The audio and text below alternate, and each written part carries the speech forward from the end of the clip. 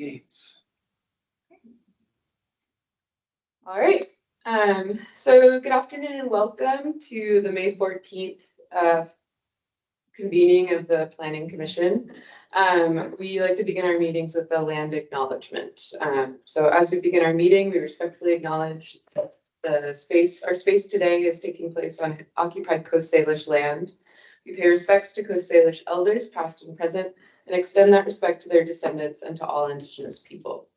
To acknowledge this land is to recognize the history of physical and cultural genocide and settler colonialism, which continues to displace Indigenous people today.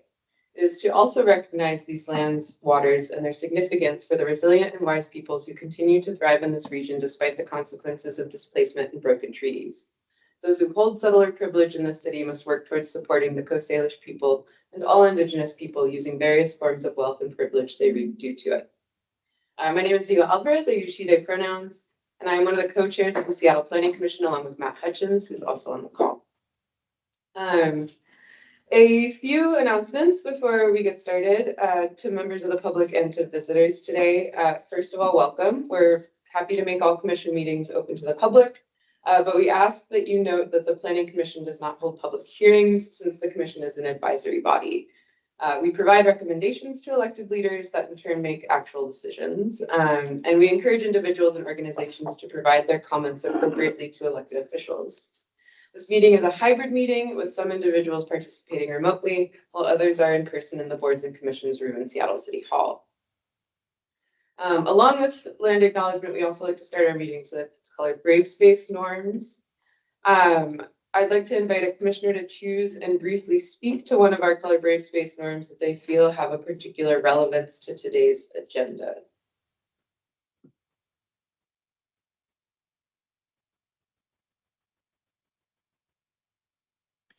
I'd be happy to go. Great, thanks, Matt. I think I'd like to select keep focused on our collective goal, create racial justice through Black liberation and Native sovereignty. Since we are embarking on phase 2, phase 3, additional successive phases of the comprehensive plan, I want to make sure that we continue to recenter based on repairing the harms that planning has engendered in the past, and that we make sure that we're leveraging all the Indigenous intelligence that is available to us in moving this plan forward. Thanks, Matt. If there are no amendments or modifications, I'll suggest that we all agree to these norms. To kick us off, we'll do a round of introductions. I can get us started, and then again, I'll just suggest that we go through the room first and then switch to online. So my name is Ziva Alvarez. I use she, they pronouns. I live in White Center Highland Park, and for my day job, I'm a designer at an architecture firm in downtown Seattle. I'll pass to Michaela. Okay, hi, I'm Michaela Daffern, she, her pronouns. I live in Capitol Hill, and I work in county-wide affordable housing policy and planning. And I will pass it to Matt. My name is Matt Hutchins. I use he, him pronouns. I am an architect, and I live in West Seattle. Let's see. I see Cecilia. Hello, my name is Cecilia Black. I use she, her pronouns. I live in Capitol Hill, and for my day job, I am an ADA and disability equity specialist at King County. And I will pass to Dylan. Hola. To me. Hi. Dylan Glosecki. I'm my he, him pronouns. I'm an architect and air designer. I'm just arriving. Sorry, guys. And I live in the Central District. And you can pass it to Kate. Caleb. How about Did I hear my name? Was that there? Rebecca. Okay. Oh, Caleb is I'm just gonna go. I heard my name maybe. Hi, my name is Rebecca Brune. I use she, her pronouns. I live in the Crown Hill neighborhood, and my day job is working on transit-oriented development for Sound Transit. And I will pass it to Caleb. Thank you. Hi everyone, Caleb Tewolda here. He, him pronouns. I live in Beacon Hill and I work at Rainier Scholars doing leadership development, and I will pass it on to Margaret. Hi, I'm Margaret Zales. I use she, her pronouns. I live in the Fremont Ballard area, and I am a third-year law student at UW with an interest in environmental law and land use law. I'll pass it to Nicholas. Hi everyone, Nick Whipple. I use he, him pronouns, and I live in West Seattle in the North Del Ridge neighborhood. For my day job, I am a city planner over on the east side. Are we at staff now? We are. Great. How about Robin? Hi, I'm Robin McGonigal. I use she, they pronouns. I live on Vashon and I'm staff to the Planning Commission. Olivia? Hi everyone, Olivia Baker. I use she, her pronouns, and I'm also staff to the Planning Commission. John? Hi everybody, I'm John Hoy. I use he, him pronouns, and I'm staff to the Planning Commission. And I'll wrap us up. Good afternoon, everyone. My name is Vanessa Murdoch. I use she, her pronouns, and I too am staff to the Planning Commission. And I will hand it back to Zio. Great. So we have one item on our agenda today. It is a briefing from staff with OPCD on the One Seattle Plan implementation timing and strategy, specifically focused on the scope of work for the supplemental EIS statement or supplemental EIS that will be prepared to inform that work. But before we do that, we need to approve our April 23rd meeting minutes. So I'll ask for a motion to approve. So move, Michaela. Michaela, any seconds? Second. Thank you, Dylan. Are there any changes or amendments to our minutes from our last full commission meeting? Hearing none. All those in favor, please say aye. Aye. Aye. All those opposed? And any abstentions? Okay. We have our next Land Use and Transportation Committee meeting scheduled for Thursday, May 21st from 7:30 to 9 a.m. online via the Teams platform. And our next full commission meeting will be on Thursday, May 28th from 7:30 to 9 a.m. I'm going to pass it to Vanessa for announcements. Thanks, Zio.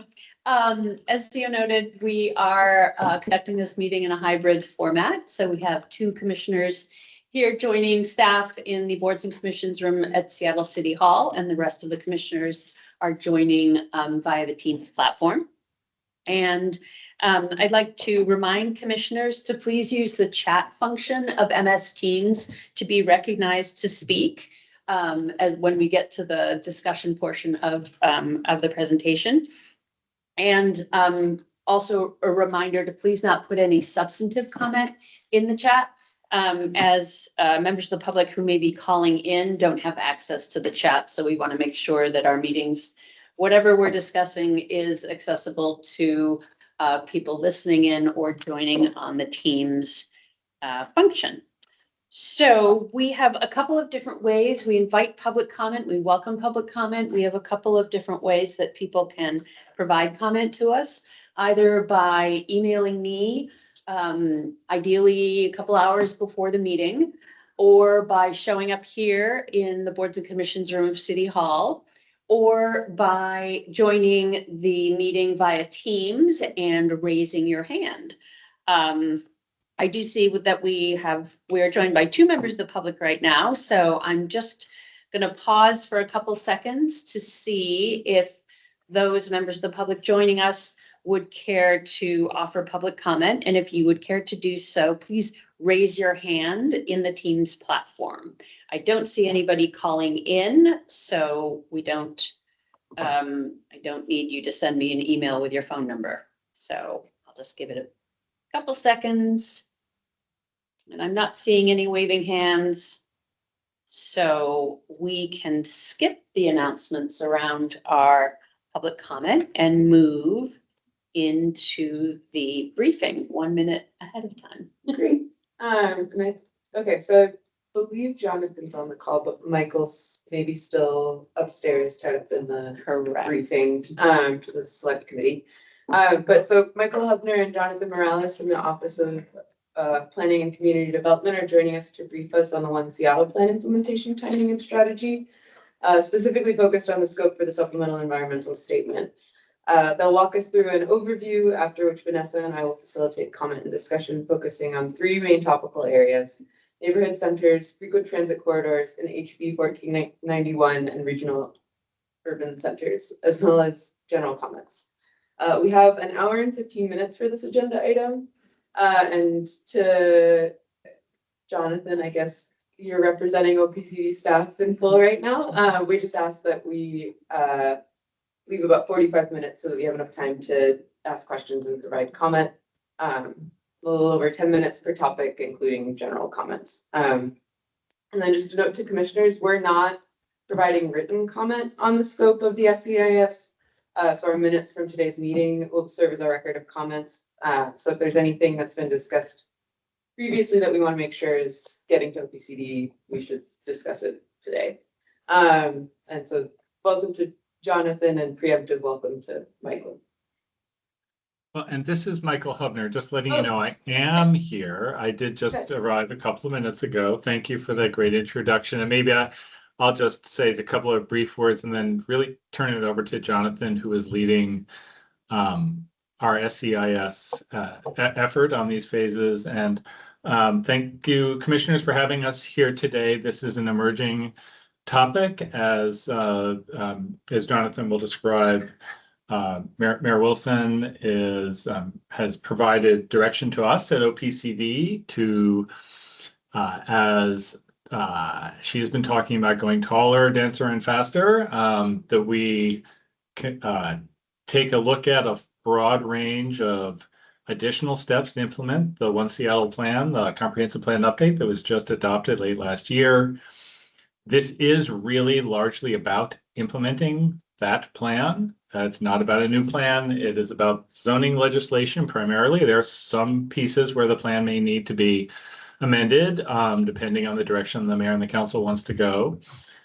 It is about housing opportunities and identifying additional steps that the city can take to meet a range of goals and values that are expressed around meeting our housing challenges and achieving a healthy, equitable, thriving city for the next 20 years and beyond. And it is about going somewhat faster than we otherwise may have been planning on, which Jonathan will touch on, especially around meeting new state requirements and bringing options to the council and to the mayor for legislation starting as early as next year in 2027. With that, looking forward to your input and your questions, and I'll turn it over to Jonathan with his briefing. Great, thank you, Michael. So I'm going to share my screen. I have some slides prepared. So I'm Jonathan Morales, Senior Planner at the Office of Planning and Community Development. And as was stated, I'll be project managing this next phase of phase 3. Let's see. So today, the overall meeting purpose is to provide the Planning Commission with an early briefing opportunity and overview of the next phase of comprehensive plan zoning implementation. And then a goal is to discuss and receive Planning Commissioners' initial input on the scope, themes, and related comments and recommendations. So we're presenting this as an overview of the next phase of comp plan implementation as it's currently shaping up, just in light of the mayor's announcement on taller, denser, faster in April.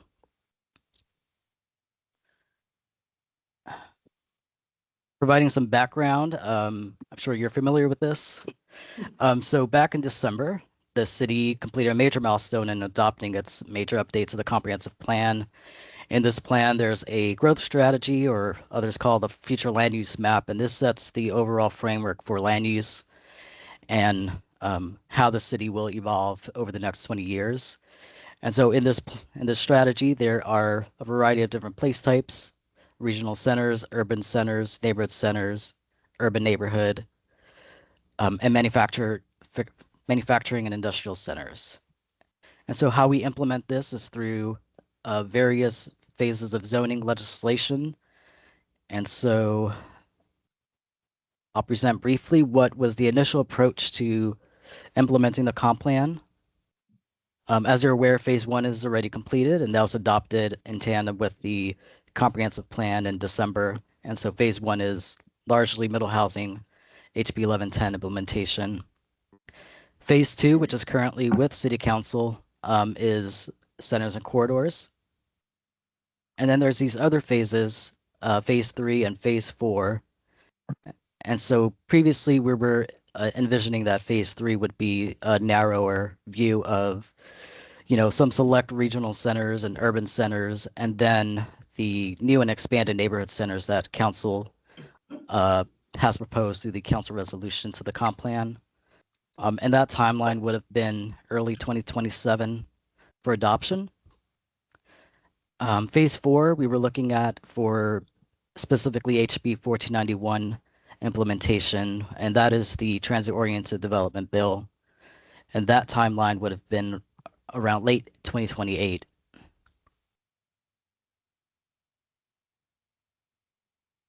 And so the Mayor Wilson announced the taller, denser, faster phase, which is essentially combining phases 3 and 4 to move faster in the process.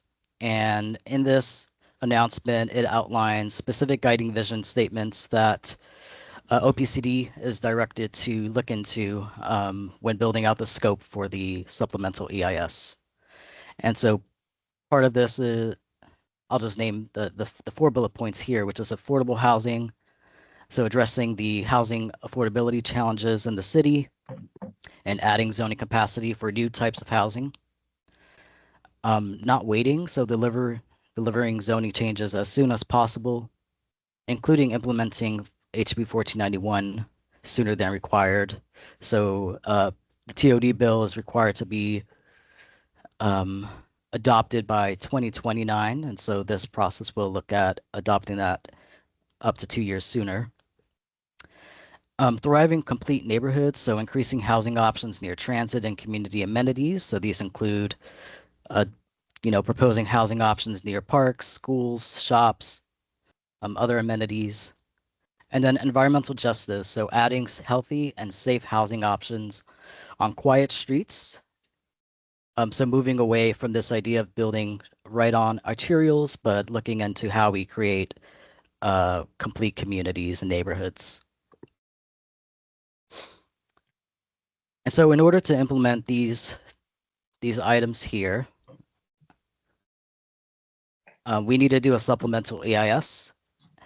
And so the comprehensive plan, there was a base EIS, so the final EIS. And so what we're looking at for phase 3 wasn't covered as part of that EIS. So the city needs to conduct further environmental review to ensure there's no significant impacts to what is being studied. And so in the SEIS, it essentially sets a bookend between a range of alternatives that the city is considering. And just noting that though the city might consider a wide variety of alternatives, it's not legislation, so it's just something that can inform future legislation. And Jonathan, could I chime in on one point there? Sorry to interrupt. Yeah. I really want to underscore this, just coming from briefing the Council Select Committee on the Comprehensive Plan on this topic. Important to emphasize here that what we're talking about with you today is the scope of options that are studied in environmental review. And there is a strong feeling both from some council members, a range of stakeholders, to set these bookends quite broadly so that there isn't a situation as happened with the comprehensive plan itself in the first 2 phases, that lack of a sufficiently broad environmental review became a barrier for council or the mayor to consider different options for zoning for more housing in different parts of the city. So that's a sort of philosophical and objective here. The other thing is we talked about a joint resolution with council today. That was the primary purpose. The resolution at council, and I don't know if Vanessa, you had a chance to provide that to the commissioners, but there is a draft of a resolution that provides some high-level guidance that is proposed as a joint statement from the mayor and from the legislative branch to guide our work. Encourage you to take a look at that, what things are rising to the top of in that statement. And it's also a vehicle if there are things that council may want to see added to centers and corridors legislation that wasn't studied in our original EIS. It provides a home for studying those things as we go forward while they're considering that legislation right now. So I just wanted to paint that picture of how does this all fit in with that process of deliberation by the mayor and the council. Thank you, Michael. So looking to the approach of responding to this charge by the mayor for tall, denser, faster, and sort of the building blocks that we will be using to develop the scope for the SEIS. So we are studying a range of options in scale and geographic extent of potential zoning changes in 3 place types. So these include neighborhood centers, regional and urban centers, and then frequent transit corridors and station areas, HB 1491 station areas. And so the next few slides will go deeper into each of these buckets.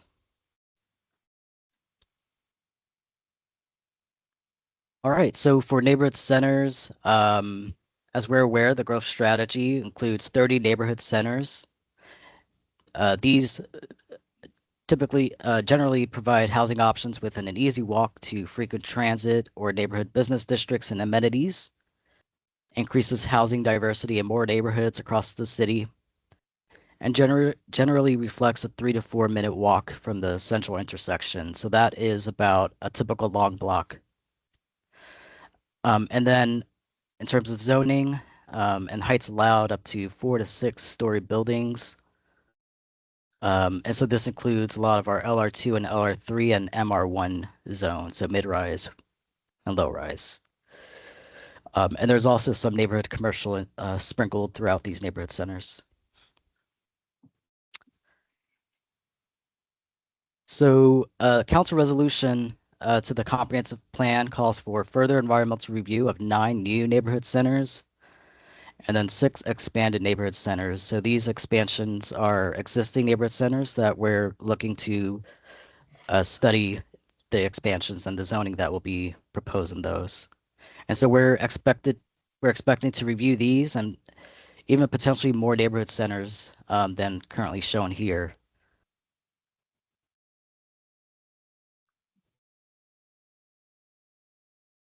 So the second bucket is regional and urban centers. So regional urban centers are our highest density housing and job centers with strong access to transit. So that includes places like downtown, First Hill, Capitol Hill. And so in the comprehensive plan and centers of corridors, 6 centers are proposed to be expanded, plus the new urban center at the Pinehurst Station. And then zoning changes for these areas are being considered right now with centers of corridors legislation. Just a quick note on regional centers. So there is a required process for adopting regional center plans through the Puget Sound Regional Council. And so those are needed to be adopted by the end of 2027, and those processes are currently underway by other members in OPCD. And so what we're looking at is sort of building to that the parameters of those regional center plans and frameworks in our proposals. And so OPCD expects to review potential zoning changes within these center boundaries in the SEIS.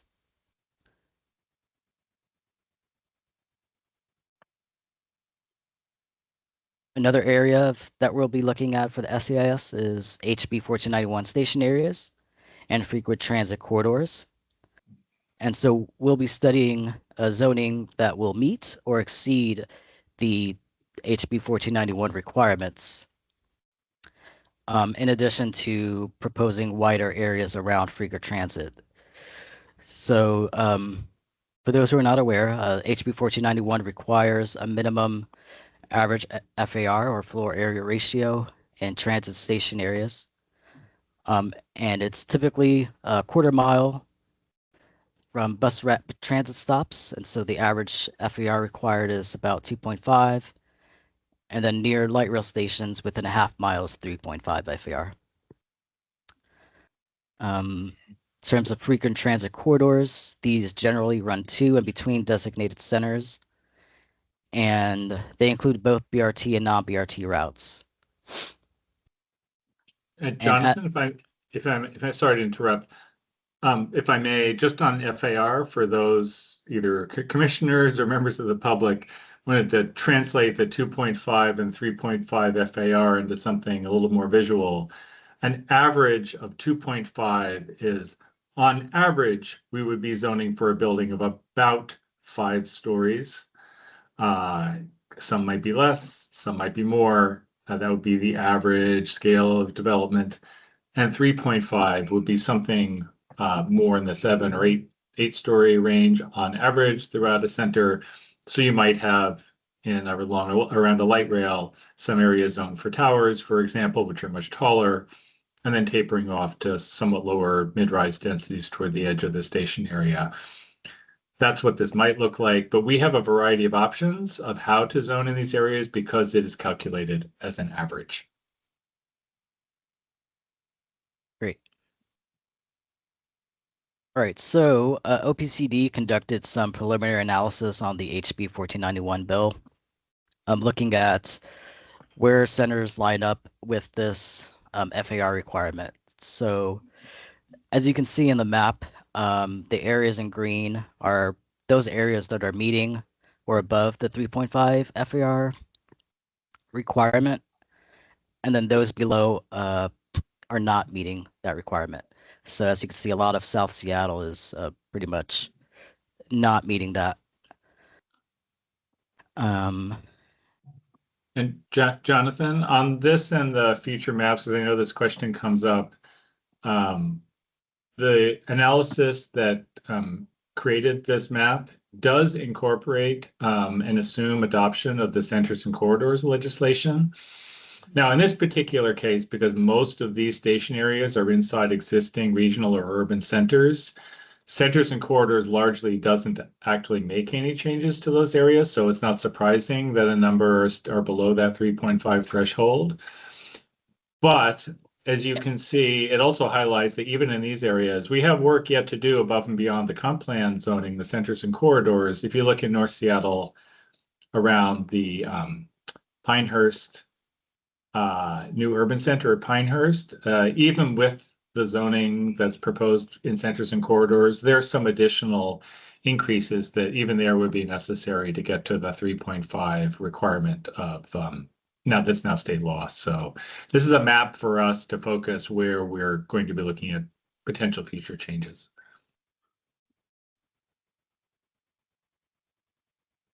And so for bus rapid transit station areas, as you can see, similar to the previous map where we're showing above the FAR requirement and below, large portions of West Seattle are not meeting the 2.5 FAR.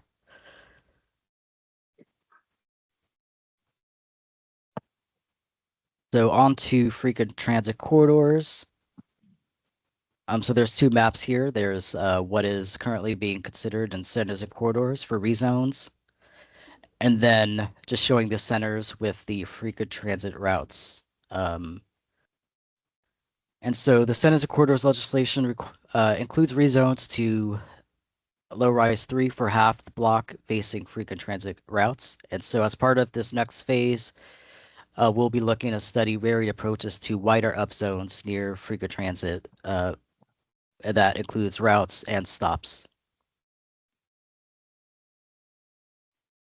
Oops. So these are some of the questions that are sort of guiding and informing how we're shaping the scope. And so we'll revisit the slide here in a bit because I am curious to get a feel for what the commissioners are thinking in terms of these specific questions. But for growth centers, and so those are our regional, urban, and neighborhood centers, how many centers should we be studying in the SEIS? Should we expanding some centers? Which ones and how big? And then zoning and scale, like what should we consider for heights and different types of zoning? Similar to frequent transit corridors, zoning and scale, geographic extent, how big should we go?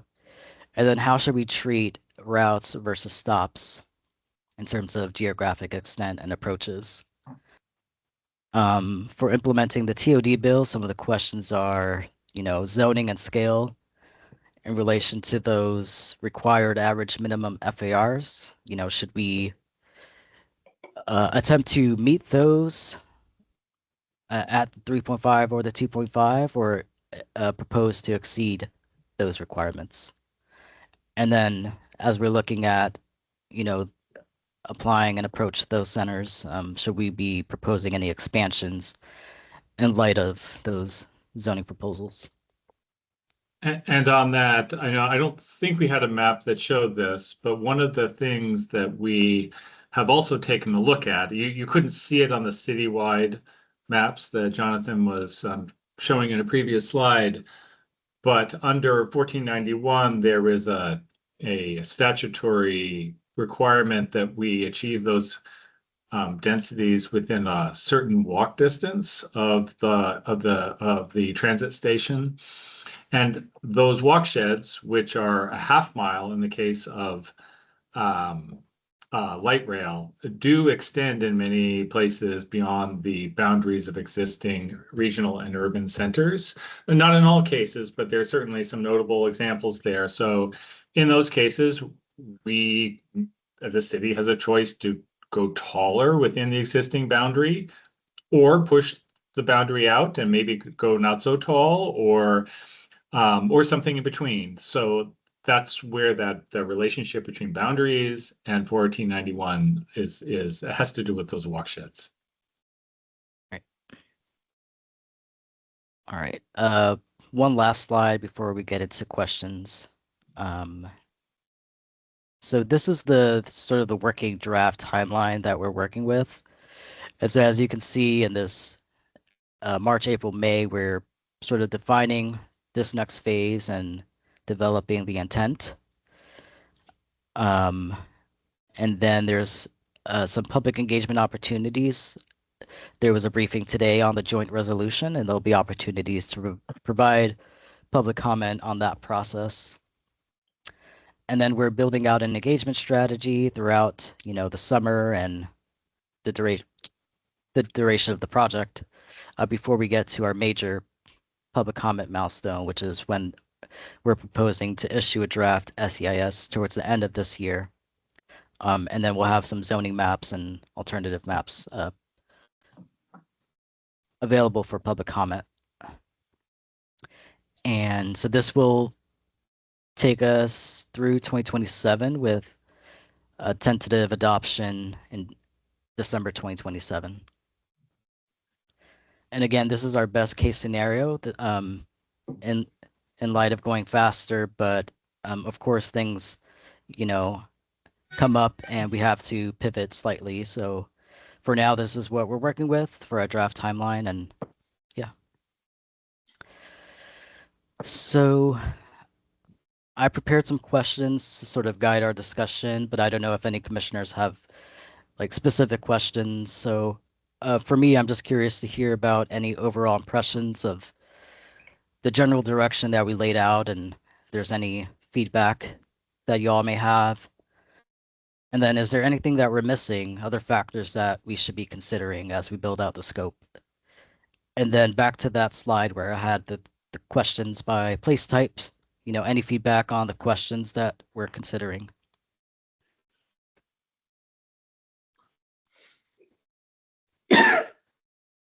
end. Thanks, Jonathan. We're gonna open up the queue for comments, and I think I appreciate the list of questions that are on this screen. I think since we're sort of tight for comment periods, could you go to the slide with the questions broken out by area? I think we'll go through these topics, and we'll sort of try and time box comments to each topic area around 10 minutes. But we'll start with the growth centers, so that works with OPCD staff. I have Cecilia in the chat. Or in the queue. This is just a really basic question, but I'm just curious, for the maps for the 1491 legislation, what do you know what our average FAR is? I know like I see above 3.5, below 3.5, but I'm just curious what how far are we from accomplishing the requirements? So that varies considerably depending on which station area you're looking at. And there are a lot of station areas covered under this legislation. There are a number that are pretty close. Let's say, instead of a 2.5 FAR around bus rapid transit, it might be at 2.3. So the scale of upzoning would be relatively modest to get us above the statutory threshold. Others are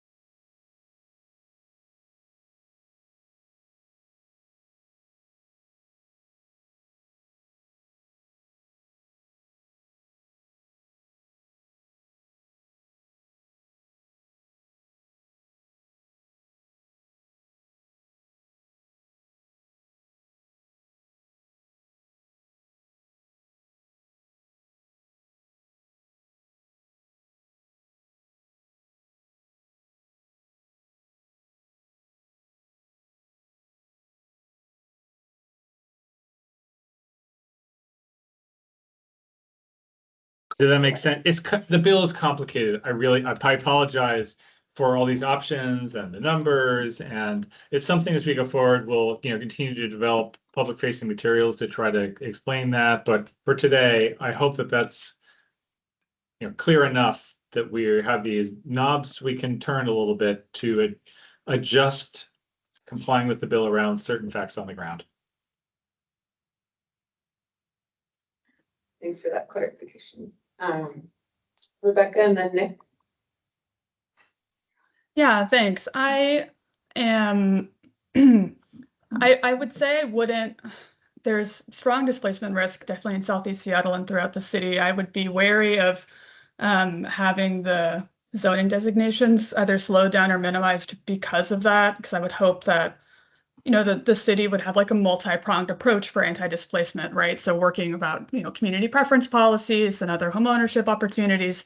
That's not in OPCD's court necessarily, but across the city. And I feel like, maximizing the zoning doesn't immediately mean that things get built, right? So if we're talking about bookends, I think it's important to keep in mind what we are trying to accommodate for, understanding that displacement risk is studied alongside that and in kind of collaboration with zoning changes, and hopefully part of a larger mechanism or larger strategy of solutions to prevent displacement.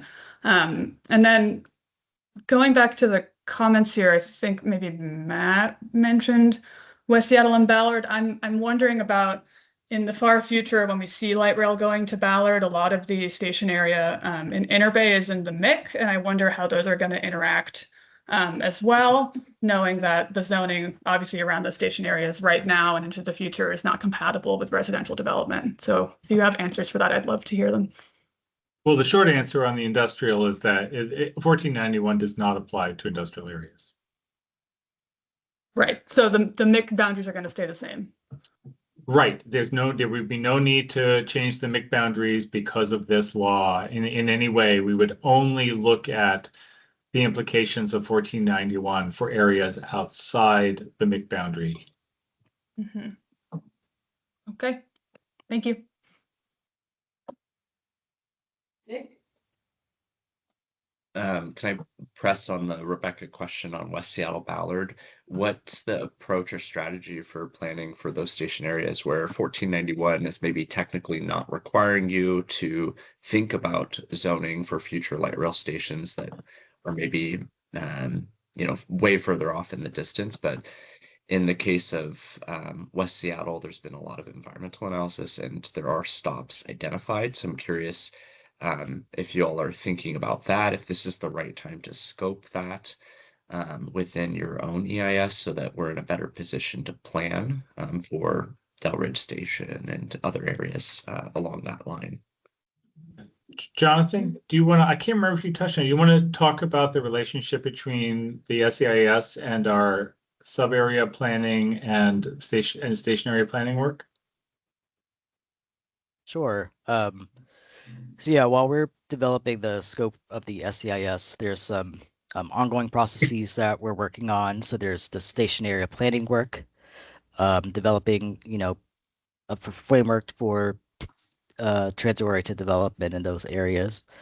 And then there's regional center plans, which are required by PSRC. And that is sort of like a land use framework, and looking at more specifically like what is in those areas. What was that third part of the question? Oh, no, that was good. I just wanted to make sure we acknowledge it. One of the drivers of what we're going to be studying is the fact that we're doing planning in those areas, specifically right. Ballard and West Seattle Junction. And 1491 is just one input. It creates a floor for planning in certain areas. But specifically in those two areas, we are planning very much with future light rail in mind. There will be land use recommendations coming out of those plans, the station area plan in the case of West Seattle, the regional center sub-area plan in the case of Ballard.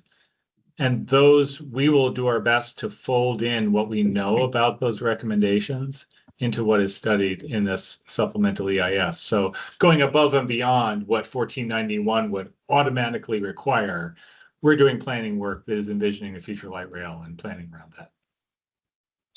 Great. Yeah, appreciate that. I was also curious because you had mentioned some of the guidance that Commerce is developing to help cities implement 1491.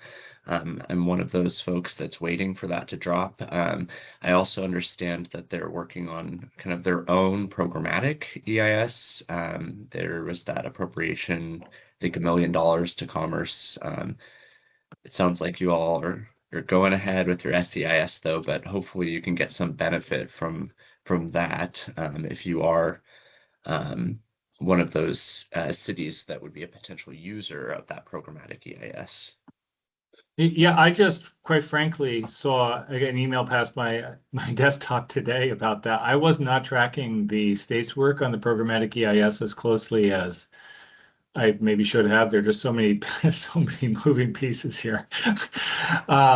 We're going to look into that. We'll be attending some upcoming meetings.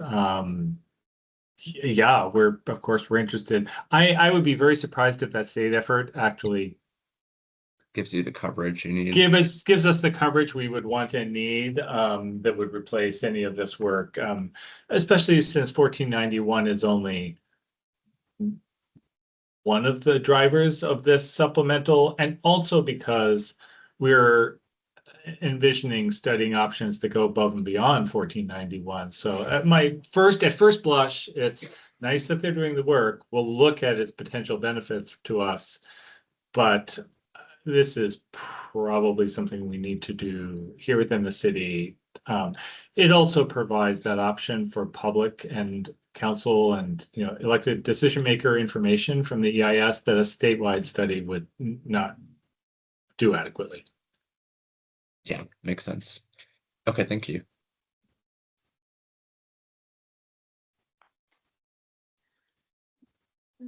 Anybody else on this topic?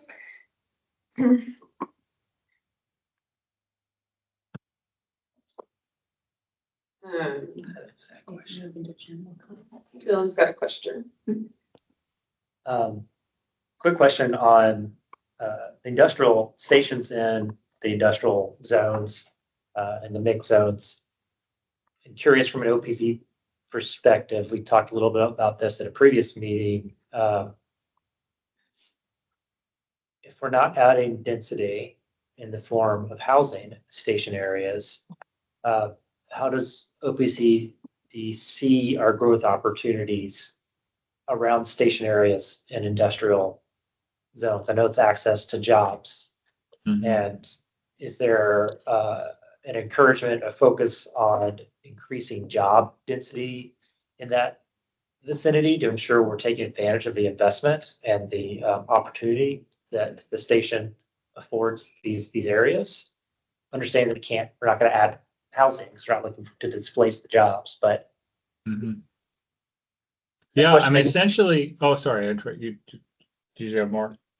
No, I'm done. Oh, I was going to say that the answer is pretty straightforward in that, yes, we have done this work as part of the industrial and maritime strategy that was completed several years ago and adopted in both comp plan amendment and zoning code in 2023.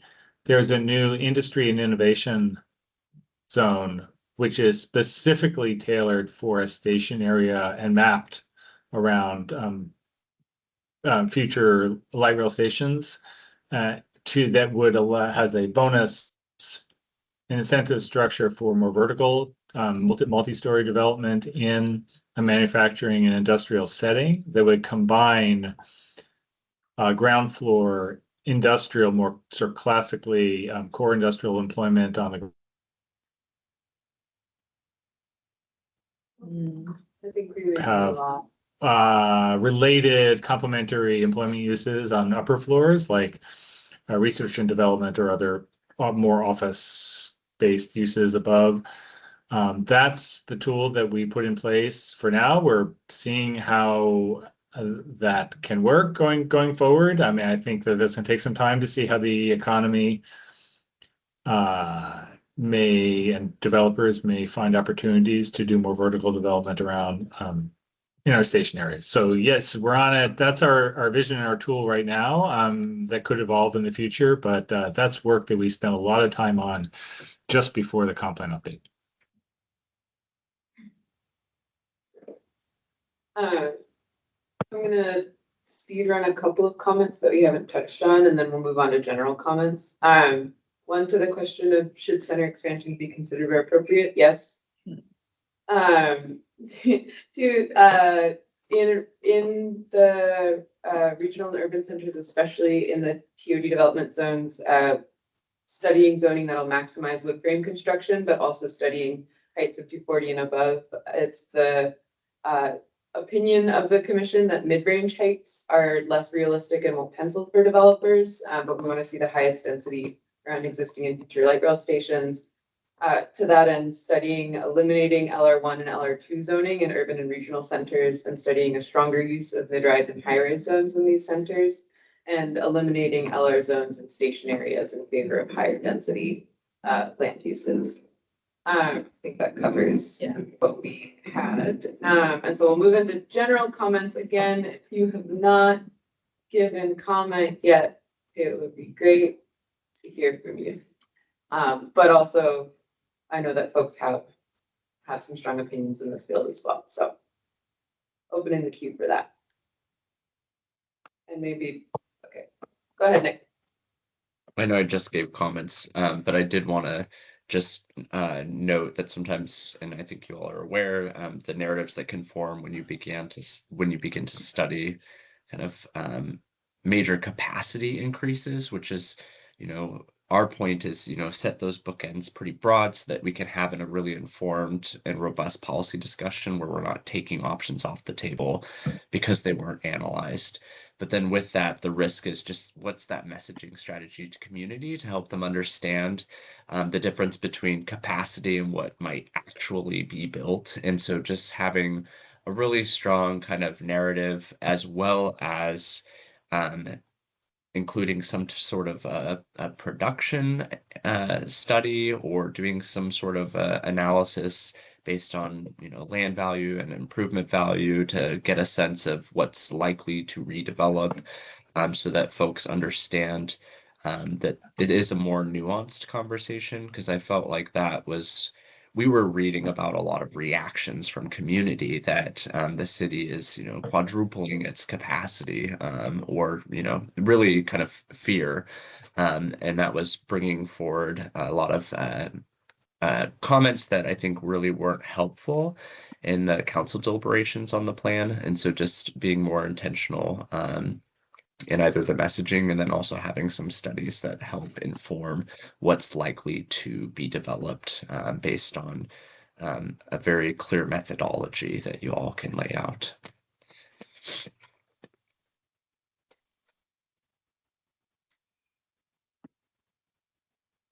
Yeah.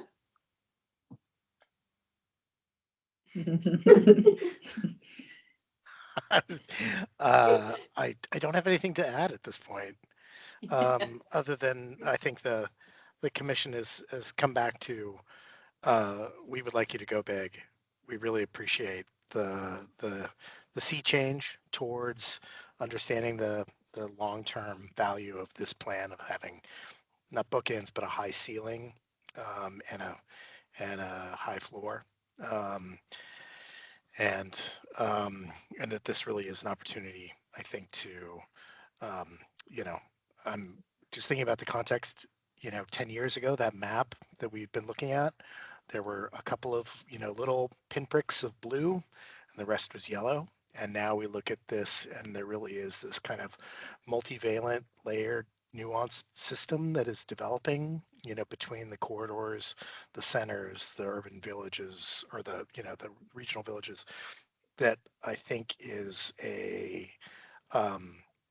is great to see.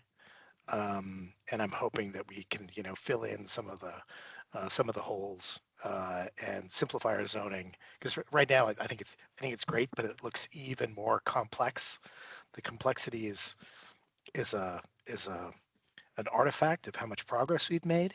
However, it's beginning to get too complex to be like legible, and like the next step is simplicity with regards to some of the, thinking about all the layers of different zoning that we've talked about, LR 1, 2, 3, when maybe we just need LR 3 and have everything fall into a simpler bucket.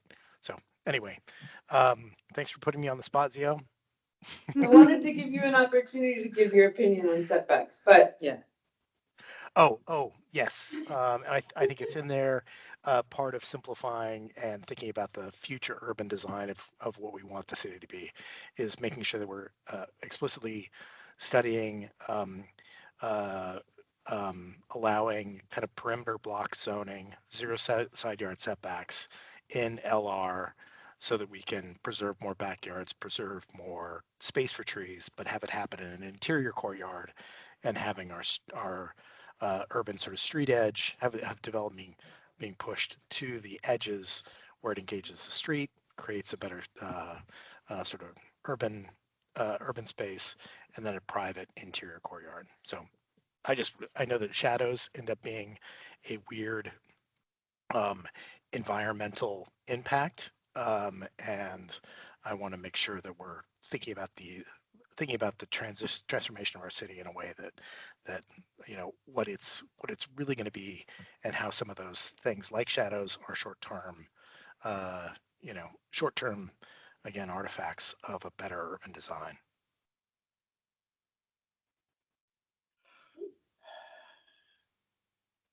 and just as a general reminder to commissioners, the notes that were shared by Olivia earlier are not being transmitted to OPCD directly, so we should read them off if we want them to be in our comments or in our sort of collected transcript for comment.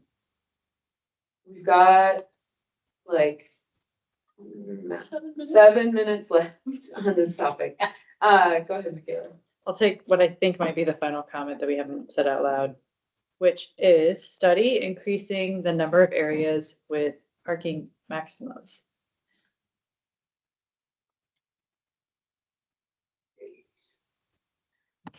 And that covers the things that we've talked about before, but if commissioners have other comments to provide or other questions based on what was presented or some of the material that we prepared in advance, I want to make sure that the floor is open for that as well. Yeah, but Michael, I missed the end of the select committee this afternoon, and so there was a question further up in the chat. I'm assuming that the resolution was not voted out of committee today, but because I didn't listen, I don't know. Right. What happened in a nutshell?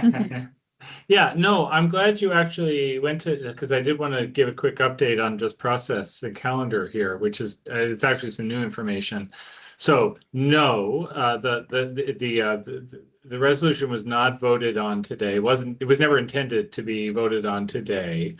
This was an introductory briefing. There is going to be a public hearing on the resolution specifically. It hasn't been calendared to a specific day, but I'm told it'll be in June. There will also be a separate hearing on council member amendments to the Centers and Corridors legislation in June. They may end up being on the same day.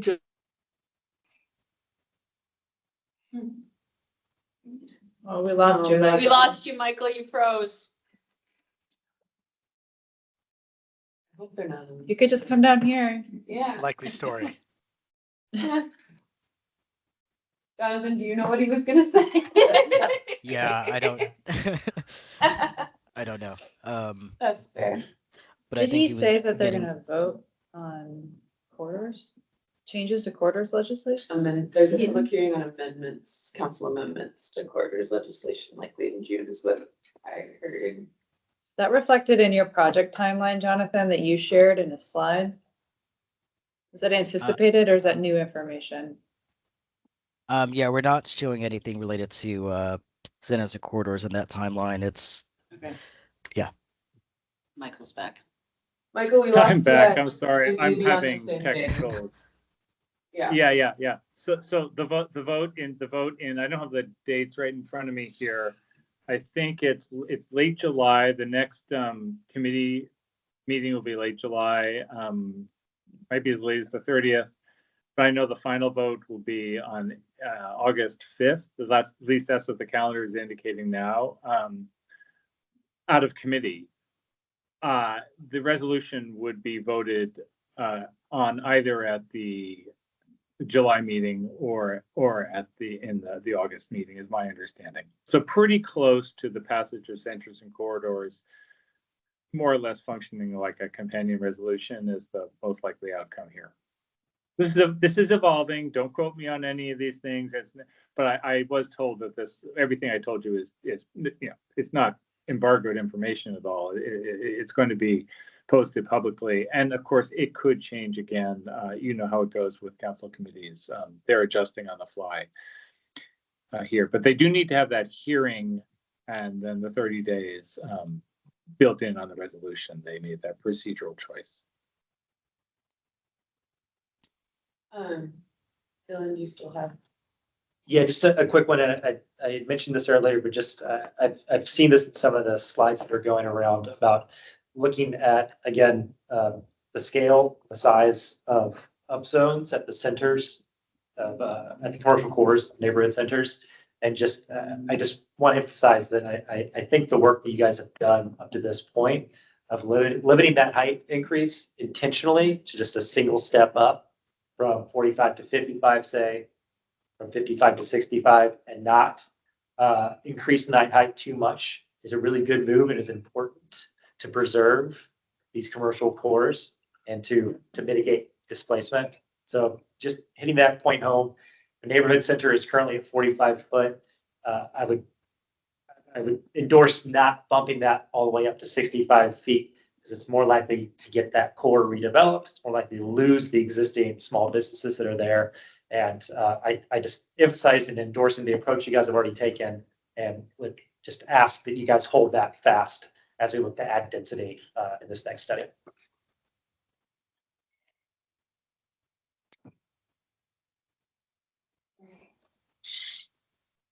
Anybody else? Final comments?